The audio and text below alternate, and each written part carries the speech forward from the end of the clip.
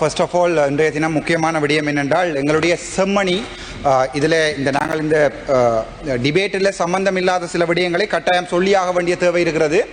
செம்மணி புதைகுழி தொடர்பாக ஆங்கிலத்திலையும் சிங்களத்திலையும் சொல்ல வேண்டிய தேவை எனக்கு இருக்கிறது. அண்மைய தினங்களில் வோக்கட்டர்க் அவர்கள் ஐநாவினுடைய வோக்கட்டர்க், அதாவது ஹிஸ் எக்ஸலன்சி வோக்கட்டர்க் அவர்கள் பாராளுமன்றத்தில் வந்தபோது எங்களுடைய பிமல் ரத்நாயக் அவர்கள் அந்த மீட்டிங்கில் என்னை கதைக்க விடாமல் தடுத்த நாட்களில் இருந்து செம்மணிக்கு வோக்கட்டர்க் அவர்களை கூட்டி வந்தபோது ஐயா அங்கே கூட எங்களுடைய மக்களை அங்கே சந்திக்க விடாமல் அவர்கள் திட்டமிட்ட ஒரு பெரிய ஒரு திட்டமிட்ட ஒரு நிகழ்ச்சி நிரல் ஒன்றை செய்தார்கள். ஆனால் அதை தாண்டி மக்கள் அவர்களை சந்தித்திருக்கிறார்கள். முக்கியமாக ஒன்றை சொல்ல வேண்டும் என்னென்றால் மம்மிக்க சிங்களிக்கியா එතන සෙම්මණි කියලා මේ මර්ඩර් කරපු දැනට බිම රට කරලා. Honorable member, can we stick to the topic of the debate, please?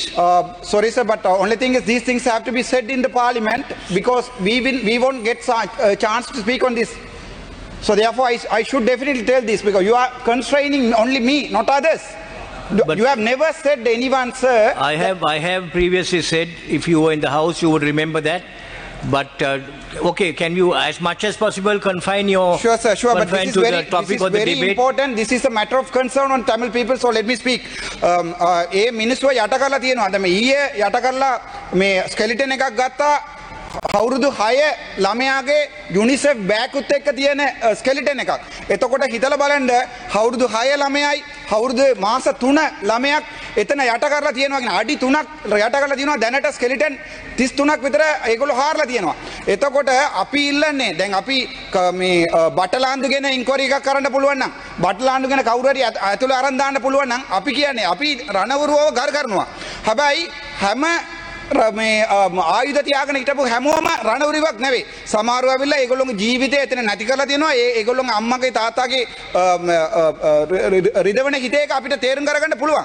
හැබැයි එතන ඇවිල්ලා අම්මා කෙනෙක්වත් රේප් කරලා මාස 3 බබයෙක්වත් රේප් කරනවා කියන්නේ ඒගොල්ලෝ යට කරලා තියන්නේ அடி 3කින්. ඒකෙන් දැනට ஸ்கெலிட்டன்ஸ் 33ක් එළියට අවිලා තියෙනවා. கௌரவ சபாநாயகர் அவர்களே, அந்த சச்சமயம் ஜோதிச்சு பாருங்கள், ஒரு அம்மாவை நாங்கள் ரேப் பண்ணி உயிரோடு உடம்பில் ஆடை இல்லாமல் அங்கே புதைத்திருக்கிறோம்.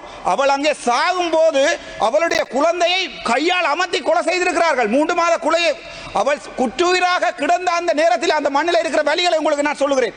நான் இந்த பாராளுமன்றத்தில் இவ்வளவு சத்தமாகவும் உணர்ச்சி வசப்பட்டு கதைக்கிறது சற்று சிந்தித்து பாருங்கள்.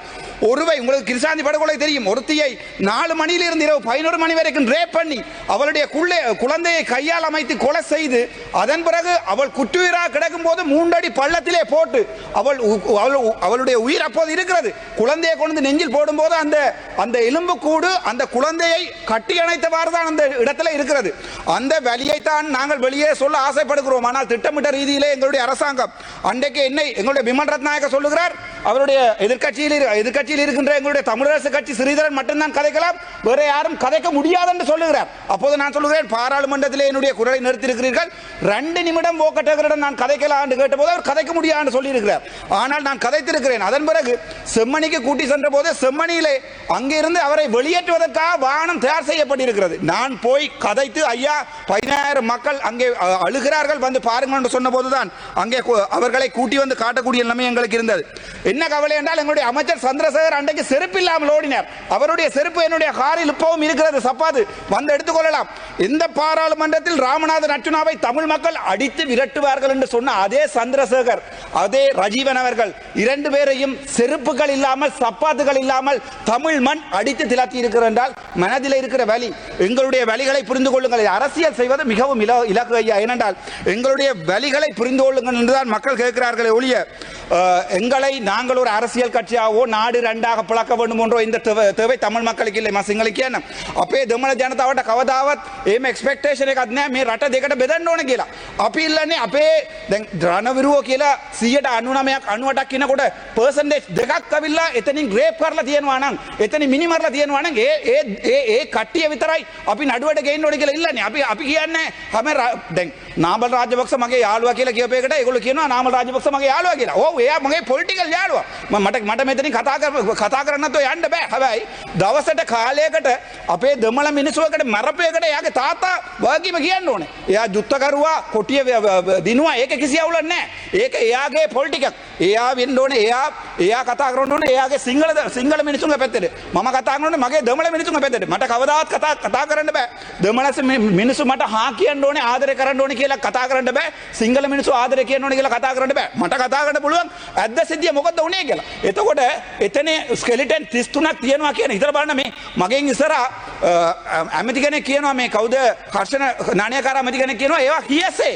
එයා කියන්නේ ඒවා මිනිස්සු කතා කරපු දේවල්. හිතලා බලන්නකෝ කොහෙවරි දැනට මිනිසුන්ගේ බොඩි එකක් 33ක් එක දැනට වල කරන්න පුළුවන් කියන්නේ ඒවා හියසේ එකක් නෙවෙයි. ඒවා ඇද්ද සිද්ධ ඒවා. අපි සාක්ෂි මගේ තාතාත් මේක නැති වෙලා තියෙනවා. මගේ තාතවත් එක කරගෙන ගිහලා නැති කරලා තියෙනවා. එතකොට ඒක අපිට අනිවාර්යෙන් කියන්න කැමැති. තව එකක් කියන්න කැමැති. අවුරුදු 323 කන්ටේනර් ගැන කතා කරා. මම මේක පැහැදිලිම කියන්නම් මේක මට නඩුවක් දාලා දෙනවා මාව අයින් කරන්න කියලා. Honorable Ramanathan, you have 2 more minutes. Thank you sir. මාව අයින් කරන්න කියලා නඩුවක් දාලා තියෙනවා.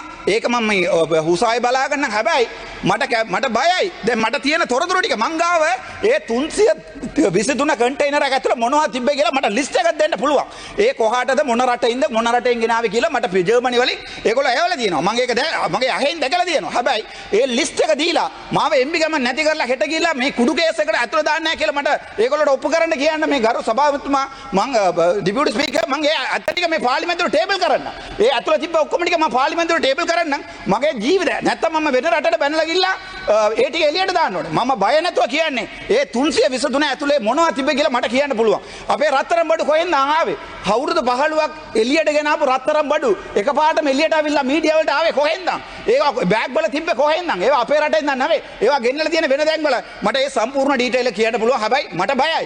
මට බය නැහැ මරන්න බය නැහැ. හැබැයි මේගොල්ලෝ මාව නිකම් ඕන් නැති නඩුවට දාලා අදිනවා. දැන් පොලිසියේ පවර් එක මේගොල්ලෝ තියෙනවා.